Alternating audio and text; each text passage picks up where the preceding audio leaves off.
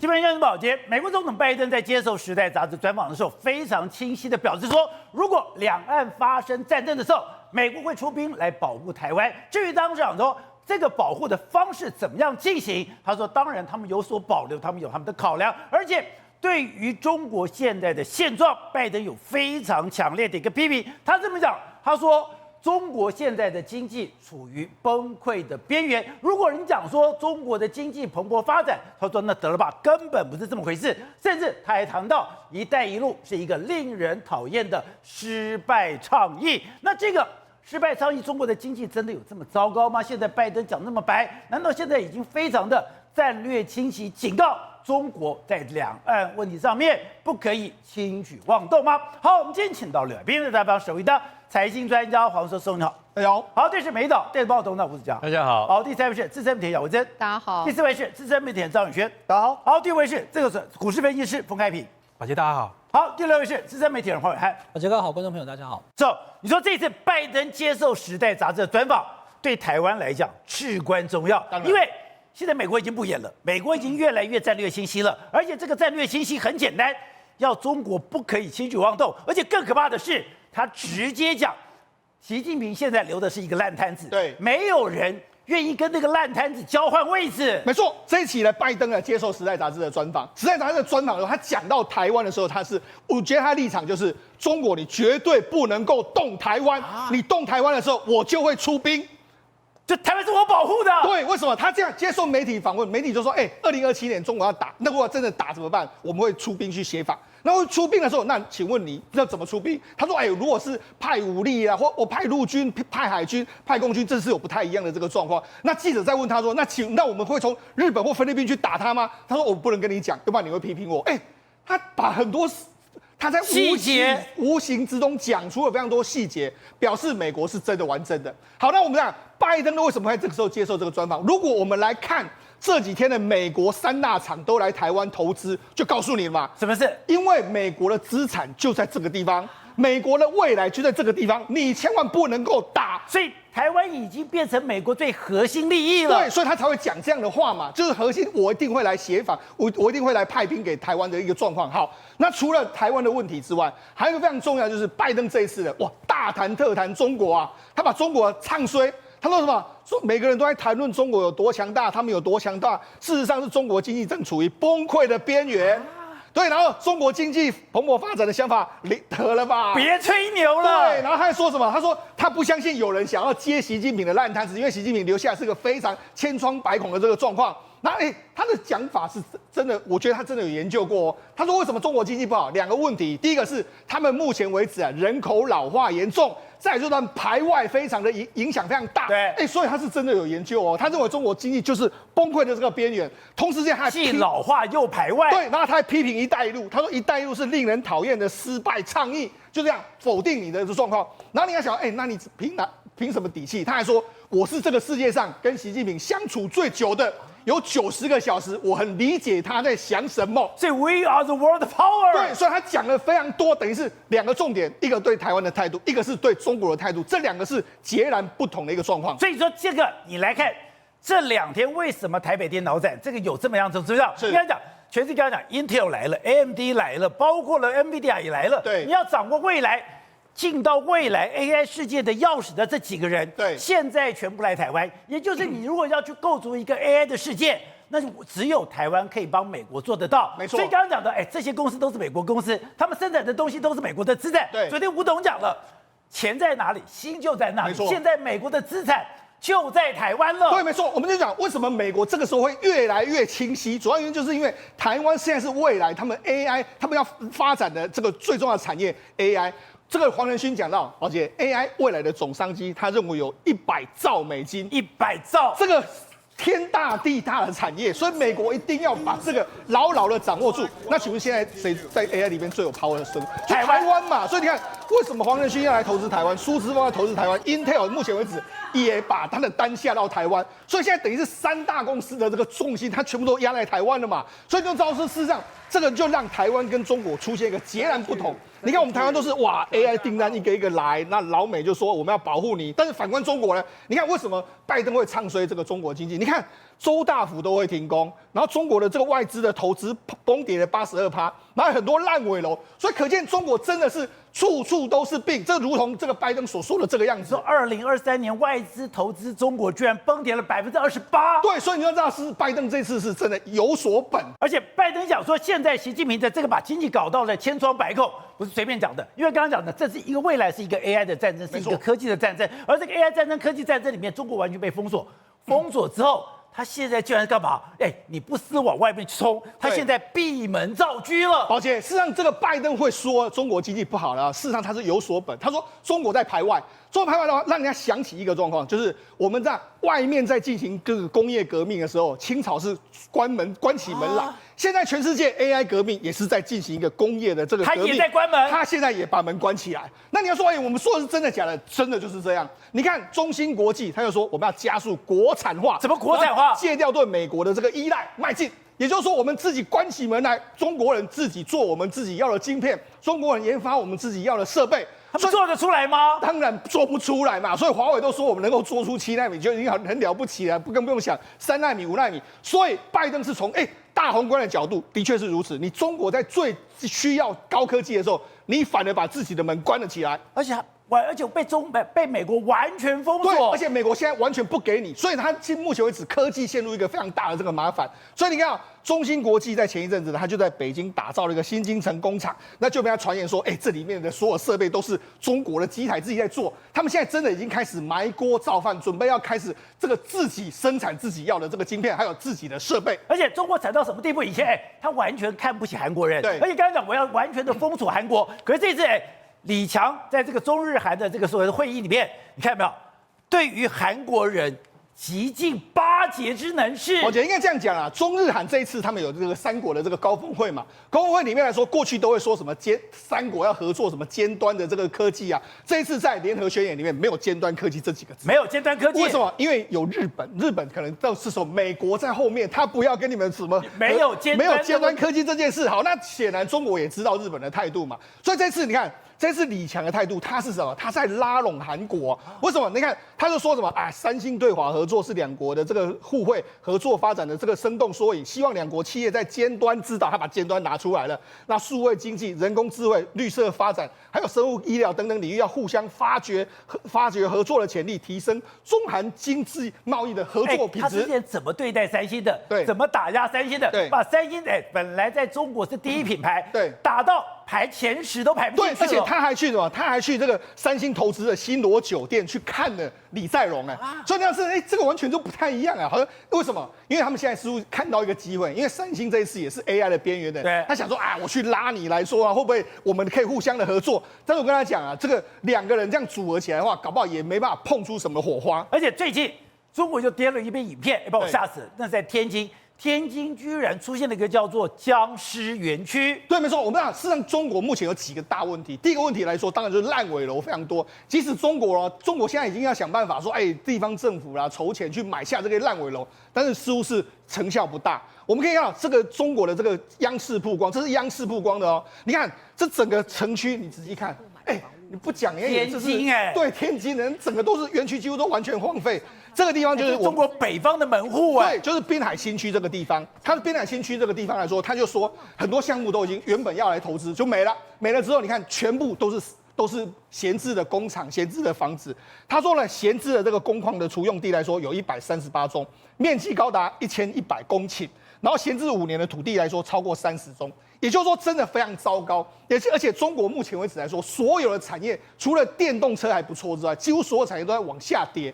所以拜登说中国的经济不好，经济非常严重，这真的是有所本。好，我看你当了8年的总统府记者联谊会的会长，你当然对两岸对于中美台之间的关系非常不注意。你说，拜登今天接受《时代》杂志的专访，把你给吓到了，因为美国对这个态度从来没有如此清晰过。以前只说，我保不保护，当然讲我会出兵保护台湾，可是这次连怎么出兵、用什么样的策略都隐约谈到了。宝杰哥，你把整个架构拉开来看，因为这是美国的现任总统，他讲说台湾如果发生问题的时候，不排除要使用武力。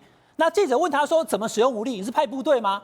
他告诉你不会派部队，应该不会派部队，但是呢，会有海空的军力介入。记者还问哦，那你要怎么介入？海空军力介入对，他说是，不，记者问得很清楚嘛，所以我跟他讲，从来没有这么清晰过。他说是从菲律宾的基地，因为现在菲律宾不是借给美国空军基地吗？还有这个相关的这个军港吗？或者从日本的包含了这个古天街，或者是对横须贺怎么样冲绳出动海空的军力吗？他说细节我不能再告诉你了，因为否则你会批评我。所以海空会动。所以把这个你要知道哦，从我刚刚讲的这段这么清晰的问答，不是只有一句说我们会出兵力，他在虚点军校有没有讲？那是美国的西点军校。对。他讲完以后，这个《时代》杂志的访问，5月28离今天就1个礼拜之前的事情而已，这么清楚的讲，拜登第5次讲。那宝杰哥，你就知道往前推，上个礼拜在做什么 ？WHA， 美国的包含了国务卿布林肯，他的亚太助理国务卿包含康达，还有副助卿兰莫克都公开讲，你等一下，中国大陆误用了2755决议文，你所讲的 One China Principle 那个我们只是 acknowledge， 我们没有 recognize， 美国永远就是 One China Policy， 就是他跟中华人民共和国是一个邦交国，可是他并不认为台湾它就是属于中国的一部分。那既然这样的话，结合你看拜登所讲的事情，以往了哈，如果你今天讲说 3P 就年纪很大，他可能讲错话，后面会发言人就出来跟他做微调，说我们怎么样哦，这个不是这个意思，或等等，完全没有微调，没有了。所以我说军事跟外交同步执行嘛，你要这样看啊。美国总统告诉你，军事上面不要想要片面改变现状，现在球就丢回习近平身上了，那你要怎么办？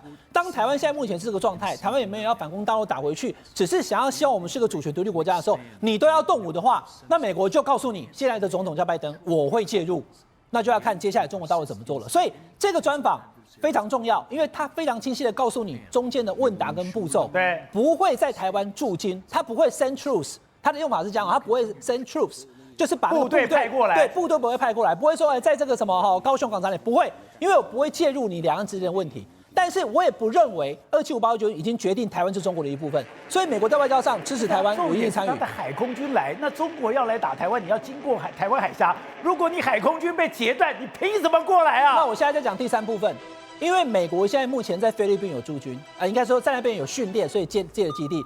美国跟日本是军事同盟，还有韩国，韩国那一块他可能不管，因为有北韩的部分他不会动。但日本你知道他已经慢慢逼到台湾多近了吗？宝杰哥，已经100多公里啦，宫古岛、与那国岛，对不对？还有这些，他已经都自卫队都已经部署了。然后呢，这就是东北的这一块。那他的航空母舰如果来的话，他要防止大陆现在3艘航空母舰从北截断我们的东北方，从南截断巴士海峡，所以巴士海峡这一块从菲律宾这边补过来。所以，如果一旦这2块停的话，不要讲说战争，因为战争可能不是，当然它是一触即发啦，它可能慢慢用围台，然后困台嘛。我们 LNG 的那个天然气的燃料船如果没有办法进来的话，麻烦了，没有办法发电，对不对？但是美国现在这2块就要防止整个台湾海峡被控制，所以它整个战略在军事跟外交上是一以贯之的。拜登从来没有讲这么清楚，不要动，不要发生战端，不要片面改变现状，否则美国会有海空的军力介入。好，吴导。今天我们看到了，美国就要表达他去护卫台湾的一个决心，派航空母舰来了，1艘、2艘、3艘，最多3艘的时候，在整个西太平洋，未来还可能更多。你说这都不重要？你说拜登今天的讲话，他今天对于两岸，甚至他会派兵，而且发生战争的时候，海空军会出动。你说这个比派任何的航空母舰来，对中国更有震慑的作用。不是当美国总统对战争的叙述的方法，当然比航空母舰更严重啊，因为那是他有这个作战的权利啊，还有发动战争的权利。他是今天这个说法比几艘航空母舰已经到了亚太来的话更严重。还有这么严重？当然是啊，这就是他们一个论述嘛。他什么论述呢？就是叫强大的威慑力嘛。他把强大的威慑力就是一个非常这个高强度的 deterrence， 对，这个强大威慑力作为基础的话，才能够达到所谓的不战而屈人之兵嘛。所以说没有用这个作为基础的话，那解放军不怕你啊。对，然后还有他一定要美国总统亲自本人来告诉你，然后呢，习近平要相信，他真的会真的搞。对。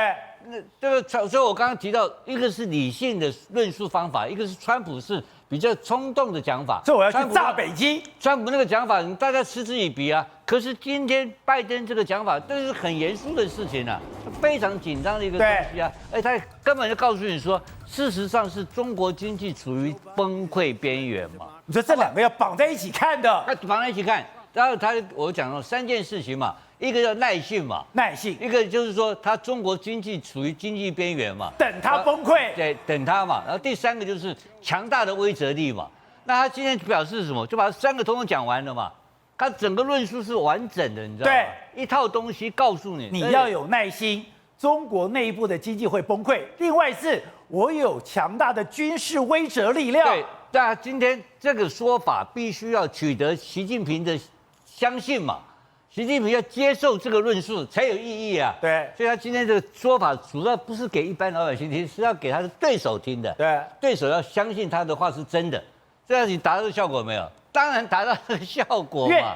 他在做这个专访的时候，我觉得直到现在为止，中国还没有反应。中国任何反应都很难弄，很难处理嘛，因为中国只能够继续飞机啊，去骚扰一下啊，然后这些事情，所以我讲了嘛，他谈的，所以美国记者问他一个更细的问题啊，讲简单一点，你是不是会动用日本的驻军跟菲律宾的驻军嘛？就讲一句话嘛，他不回答这个问题，他当然不回答，因为这2个国家来讲的话，都不见得会同意让他动用这个驻军，但是他会不会甩他们？他不会甩他们，因为一旦美国总统要动用的时候，就是亚太和平安全的这个最危险的时候，所以他有把握，非卷进来不可了。是的，所以这样子，我们再看昨天的魏哲家的说法。就是台积电董事长的昨天那句话，两岸的领导人还有世界的领导人，他们都是非常聪明才智之士，他们不会让战争发生。就是这个论述，这个再回到台积电董事长的说法的话，就印证了嘛，整个事情都摊在台面上了嘛。然后今天让大家我刚刚听到最兴奋的是世聪讲了一句非常鼓舞我们台湾人士气的话，说美国的未来在台湾，有这么一句。那我要稍微补充一下，让比较接近事实啊。就美国的科技产业未来在台湾，如果这样的话，可能就比较完整一点。对，不过美国未来在台湾，我们太沉重了。啊，美国的科技未来在台湾，这个到昨天确认了。确定，你说 Intel 来了 ，AMD 来了 ，NVIDIA 来了，高通来了。所以在这种情况之下，那代表了庞大的美国跟全世界主要西方国家的利益在台湾嘛。而在台湾情况之下，他不是要帮台湾保护台湾，他是要保护他自己美国人的利益啊。对，所以这个时候不用再考虑战争问题，他不可能让这个事情发生，因为这事情一发生的话，他们本身就已经受到极大的伤害。对，是。而且我们所了解的讯息是，他不但是说我现在在这边驻军，他现在已经把大量的火炮弹药都已经放在这个地方来了。当然都是，那当然都是，那个都不是问题。所以你就比较一下他的态度跟他的还有根本原因还是回到他的利益的问题嘛。那这个利益的问题涉及到未来的10年、20年的科技产业的发展，那这个东西怎么可能不能让北京当局有侥幸有万一的可能性？一旦有侥幸有万一的话，他就面临到更大成本的投入。对，所以今天的说法是刚刚开始。所以我认为拜登今天这个专访，他是隔空讲给习近平听的。当然是最重要，他只有一个听众，就是习近平。这样习近平接受他这个说法，习近平要不接受的话就会冒险，但是他要避免这个冒险的事情发生。所以今天的说法，包括今天开始以后的说法，我认为会越来越强化这个整个他的论述。好，宇轩，为什么现在拜登感觉到，我这边非常胸有成竹，觉得我这个威吓力量，中国一定会买单？因为现在才从俄乌战争最近不是讲说，我就开始给你一些新的武器，我开始开了绿灯。你现在这些武器不是只有在乌克兰的战场上，你可以打到俄罗斯。我们最近讲过说，他现在不是之前中国自己都吓坏了。我不是有全世界最好的盾吗？我不是有SAM-400吗？不是全世界最好的防空系统吗？结果你竟然在美国的 ATACM 陆军战术飞弹之下，你根本什么都不是。今天更妙了，今天出来消息是，现在乌克兰更厉害。乌克兰今天专门去打俄罗斯的SAM-300，专门去打俄罗斯的SAM-400。今天只要被乌克兰锁定的，没有一个SAM-300。没有一个SAM-400可以挡得了的。那如果你今天在俄罗斯境内的SAM-300、SAM-400都挡不了了，那中国的SAM-300、中国的SAM-400不都跟废铁一样吗？对，宝来哥，现在呢，他们乌俄战争呢，美国终于搞懂一件事情。首先，它的SAM-300跟SAM-400根本就是纸老虎，完全没有任何防空的作用。它充其量顶多是把这个原本是地对空的导弹呢，你知道它跑去拿去干嘛吗？俄罗斯把它拿去打地面，因为反正我也拦截不到，我干脆拿去打地面。我空中打不到，打地面。对，这样我应该打移动的目标，我现在移动标靶打不到，我就打地面固定标靶。对对，至少拿来泄愤嘛。那再来第二件事情呢，美国它这个不是漫无目的的轰炸，它是专门挑这些萨姆300、萨姆400打。为什么？因为它是要替即将要抵达战场未来的整个 F-16的空中中队、空中梯队扫除障碍、排除障碍嘛。再来第三件事情，美国透过了这次打萨姆300、萨姆400，大家都没有注意到，验证了一件事情。他们讲美国这个叫做点穴打击，点穴打击，我精准的打到你最致命、最要害的地方。为什么？各位来，我们仔细看看哦，这次他们打萨姆300、萨姆400的影片，你会发现一件事情，奇怪了，旁边的土地，怎么都好好的，旁边的土地都没什么大问题，旁边的土地都干干净净的，就只有那个飞弹车，就只有那个雷达站，所以只有炮阵地被炸掉。对，没有错，而且不止阵地哦，甚至它有一幕更夸张的是什么？就是呢，我们现在看到的那边图片哦，它前面呢是什么？是雷达站，结果雷达站哦完全被摧毁了。被摧毁之后，你有没有看到后方的建筑物竟然完全没有任何的损伤？所以它等于是我就是很精准的要打到你这个。他们说你知道难度在哪里吗？即便你都透过卫星哦，它能够锁定的范围哦，雷达大概是5公尺、10公尺。就说一定会产生5公尺到10公尺的误差，但为什么这一次有办法打到那么精准？马宝就跟你知道吗？靠 F-35，我们是不是想到美国公布了一部影片 ，F-35先行它做什么？锁敌、侦测、定位，所以它等于说通过 F-35把它做定位之后呢，再通过什么海马斯，所以即便它发射的是很普通的陆军战术导弹系统，它也可以精准打到这样的目标。那你说俄罗斯会不会吓死？当然吓死啊！第一个我防都防不住，甚至有一幕是什么？是他的那个飞弹车根本都还没有立架，就还来得及打开，还没打开，然后我就嘣，然后就直接被摧毁了。所以对于现在美国而言，他一步一步的会把整个俄罗斯，而且是境内哦，各位讲，因为现在俄罗斯呢不敢再往越雷池一步。现在整个乌克兰战场通通都被 Starlink 被美国的所有的卫星系统、侦测系统一览无遗，你在那边轻举妄动，通通一举一动就会像克里米亚一样，我完全清楚你在干嘛，所以他们只好干嘛后撤。但现在没有想到后撤之后，我们刚才讲到的萨姆，不管300，不管400，通通都是在俄罗斯境内被打到，所以俄罗斯现在气到整个已经没有办法嘛，手足无措嘛，挡都挡不了。不是，我已经把我的火力退到我的境内，不然你还要怎样？号称是全世界最强的盾，为什么中国现在有他们的部落客讲我们上当了，这个亏大了？为什么？我们本来相信萨姆300，我们相信萨姆400，我们相信它有很好的防护力，所以中国是花了重本。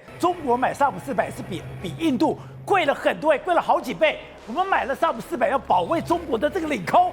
结果你面对美国的飞弹，你完全无用武之地。对，还是最一般的飞弹。那为什么会这样讲？因为中国它就是要遂行它 A2AD 的目标，所以对它来讲，沿岸的整个防空系统非常重要。它花了30亿美金、60亿美金，结果买来一堆就是纸老虎跟废铁放在沿岸。所以你说现在中国会不会心里凉了一半？因为这个 A2AD 如果少一个 2，那就变 AAD 了，那不像话嘛。而且为什么？因为美国还进一步了，我们刚才只是讲到300公里而已，射程陆军战术导弹只有300公里。今天美国它试射，你知道是什么吗？洲际导弹。不好意思，洲际导弹你知道它的射程有多长吗？12000公里。你说他今天这2天还做了一个义勇兵3型洲际导弹的试射，对，没有错。而且这个洲际导弹美国非常有意思，为什么？首先，它没有装载任何的弹头，代表说哇，几去赶快，它从了加州一路打到了马绍尔群岛，这个距离我们这样画看起来箭头没感觉。我跟各位讲，大概6500公里，有够远，你搭飞机都不会搭6500公里。他说没有，我们试一半而已，而且没有搭载任何弹头。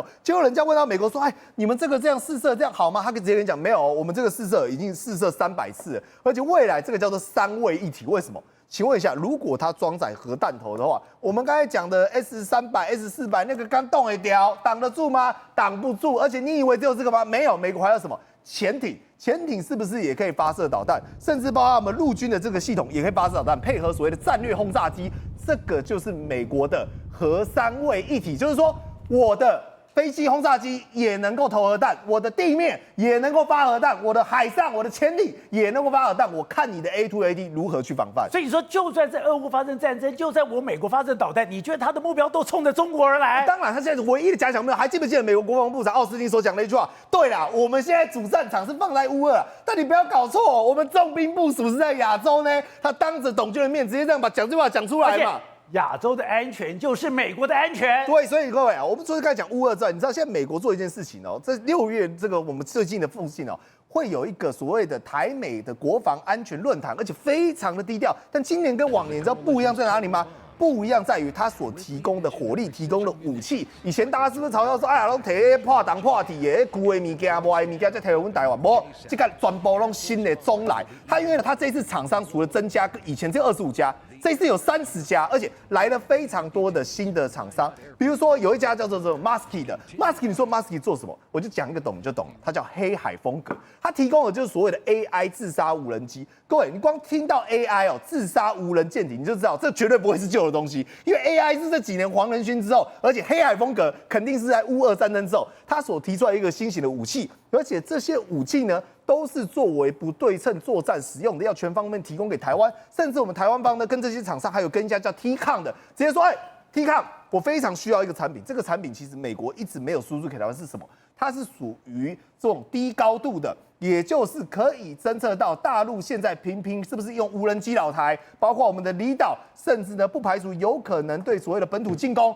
它这个气球叫做空中的航空母舰，什么意思？它只要摆在那个位置上，比如说1000公尺、2000公尺的高度，就你各位现在看的画面，它可以侦测什么？所有的无人机在第一时间来，我就可以侦测得到。否则你想，无人机这么低，总不可能 F-16幻象2000飞上去侦测。而美国未来有可能会极力的透过提供这种台湾现在所需要的武器、所需要的军火来去做因应，甚至你知道他为了台湾做什么吗？设置了一个叫做高级一体化小组，他就是确保一件事情：我知道我美国军购延宕你总是6000亿。不然就是呢，军购没有金援，没有办法给你。我透过这些排除掉这些官僚的障碍，希望未来能够 ASAP 越快把我们台湾需要的武器送到你手上，越快越好。好，是哦，你是嘉义人，和嘉义现在抢棍，这些人讲说我要在嘉义搞什么无人机的一个所谓的研发中心。现在刚刚讲的很多的封装也要进到了嘉义，就刚刚讲的，我现在军事的这个科技进去了，我今天的所谓的高科技的封装也进去了。结果整个嘉义风生水起了。对，没错。事实上，这个目前为止来说，很多台湾的这个产业界来说，有2个最受大家瞩目，一个是 AI 嘛，一个就是军工。刚才不是讲到说我们美国跟台湾要举行所谓的军工的一个这个有非常多的美国军工产业要来台湾拜访吗？他们要拜访什么呢？我觉得很简单，因为他们美国现在知道说我们在整个这个生产上面来说，真的遇到瓶颈。那生产里面来说，台湾这个非常好的这个生产能力嘛，尤其是台湾有非常多聚落，现在台湾在隐隐成型的有几个，一个是汉翔在台中，然后包括说像有造船在这个高雄港或者在苏澳港有2个大聚落，那另外一个还有无人机，现在无人机在嘉义，我们嘉义有一个这个像无人机的这个国家的组成的很多团队都在这边有设一个专区，在这个地方。那目前为止来说，我们的技术能力还有量产的能力正在快速提升之中，所以这个也是为什么美国呢，像现在愿意跟我们合作，因为说实在的，美国现在的想法，刚才这个宇轩有提到，美国有个整合小组嘛，在他们的国防部里面有几个方法可以加速台湾的这个国防，一个是我直接军援给你台湾，那这个军援台湾的部分呢，人家都说这可能是未来美军会用的，他就先放在这个地方。美军会用的地方可能就放在这个地方，就是或者他不是不派部队吗？这个会不会来不知道，但是我先把东西都放到这边来。另外第2个就是盘点台湾的这个供应链嘛，如果台湾能够自己生产的，搞不好你未来就自己生产就好嘛，所以这就是一个可能性的这个状况。所以来说嘛，台湾有几个产业，特别是无人机产业，值得大家期待。好，那我们就讲到因为无人机的产业在嘉义县，那另外一个就是说台积电的这个所谓封装厂也在台积电，也在这个嘉义。就没有最近哇，真的最近嘉义啊，南部整个房价大喷发。你说以太保为核心，我们之前讲到说，台南啊，或是高雄已经有7字头，大家都说怎么有可能下巴都掉下来？我跟你讲，现在朴子这个地方、太保这个地方已经出现4字头了，真假的？真的已经有4字头。因为我常常去，我知道。那我以前曾经还做过一个梦想，就是我们在台北上电视的话，那我就直接到太保那边弄个家，在高铁站附近买一栋房子啊，然后就坐车这样通车，搞不好都会比较便宜。那时候还1字头，几年前的时间点，现在已经到4字头。那嘉义市土地也是这样，嘉义市以前的土地几乎是会涨，但是涨得都很慢，就可能10年涨个5万6万。那最近一段时间呢，我爸跟我说，他土地一口气就涨了10万块，所以完全都不一样。这种感觉就变成是现在就是点石成金，你只要有产业到的，然后有台积电到了，哇，完全都变得跟过去完全不一样的这个风景。所以我才说嘛，现在你从这些故事。对对比现在中国烂尾楼到处都是，然后这个产业一直不断的外移，你也感觉得出来，拜登说了绝对是对的一件事。政治观点、独家内幕、国际趋势、财经焦点，重案解密，火线搜起，全方位爆内幕，话题不设限。我是张道和。周一到周五关键时刻，周六周日决战关键，等你来上线。